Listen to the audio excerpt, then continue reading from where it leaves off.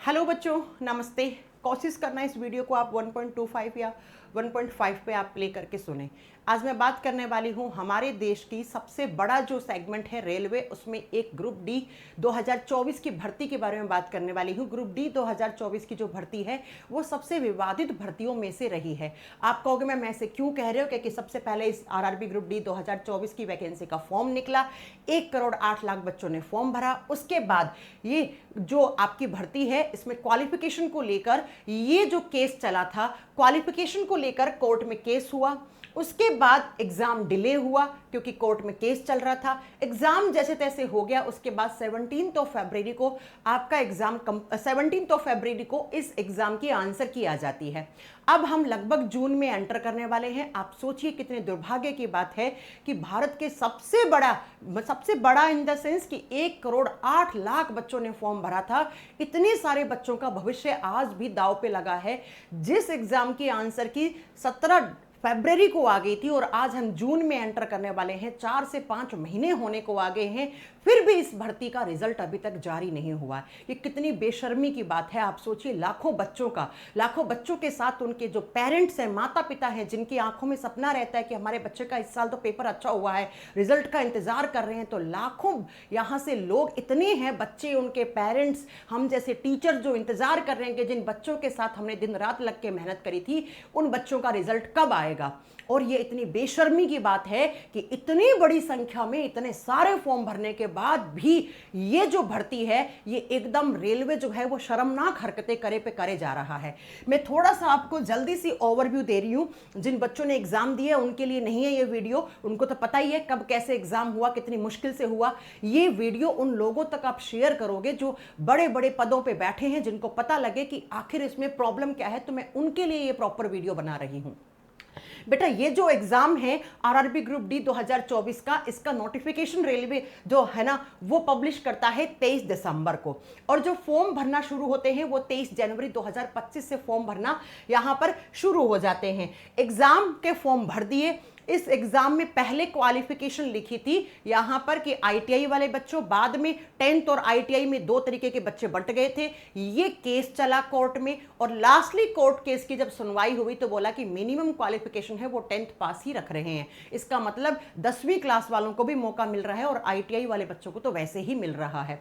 तो ये जैसे तैसे करके कोर्ट केस चलने के बाद में इस एग्जाम की डेट जो है कोर्ट केस की वजह से रीस्केड्यूल हो गई थी, और रीस्केड्यूल करके 27 नवंबर से एग्जाम होना शुरू हुआ था, और 27 नवंबर से लेकर 10 फरवरी तक आपके एग्जाम चले थे।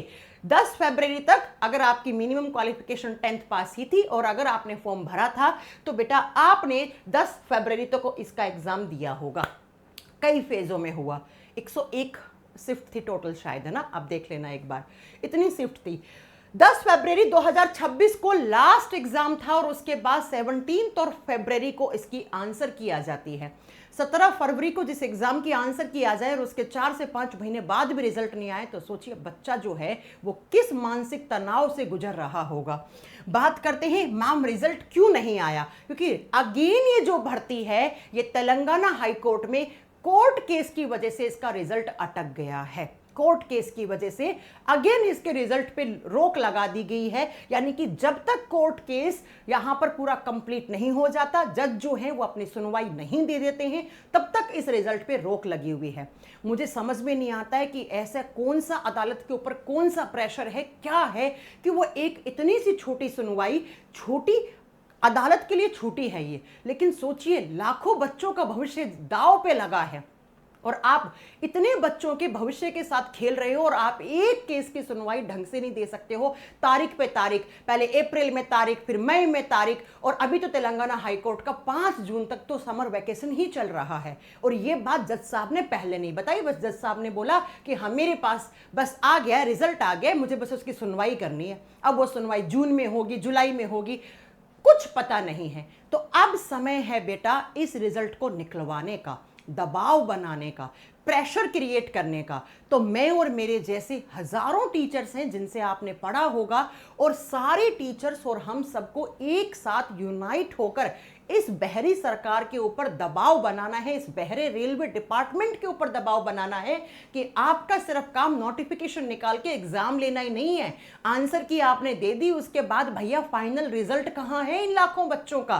तो प्यारे बच्चों, सभी टीचर्स ने मिलकर 2 जून 2026 और डे है यहां पे ट्यूसडे यानी मंगलवार को आपको सुबह 10 बजे से ट्विटर पे, जिसको आप अब एक्स बोलते हो, ट्विटर के ऊपर आपको एक हैशटैग चलाना है, हैशटैग railway_group D रिजल्ट 2। इस हैशटैग की आपको अच्छे से फोटो ले लेनी है और बेटा 2 जून सुबह 10 बजे से आपको ट्वीट करने हैं, क्योंकि हम अब डिजिटल तरीके से एक प्रोटेस्ट करेंगे, तभी जाकर ये सरकार सुनेगी। और शायद जैसे ही 5 जून को आपका समर वैकेशन खत्म होता है तेलंगाना हाईकोर्ट का, तो हम उम्मीद करते हैं कि 10 जून तक, 15 जून तक या लास्टली 20 जून तक हमें एक डेट दे दो कि इस डेट आपका रिजल्ट पब्लिश हो जाएगा। तो ये हैशटैग आप जिन भी टीचर से पढ़ रहे हैं या नहीं भी पढ़ रहे हैं, तो कोशिश करें उन सारे टीचर्स को बोलें कि इस पर वीडियो बनाएं, ताकि बेटा जितने भी सारे स्टूडेंट्स हैं, हम स्टूडेंट्स और टीचर्स एक साथ यूनाइट होंगे और इतना प्रेशर क्रिएट करेंगे, तो बेटा डेफिनेटली हम एक सप्ताह के अंदर रिजल्ट निकलवा लेंगे।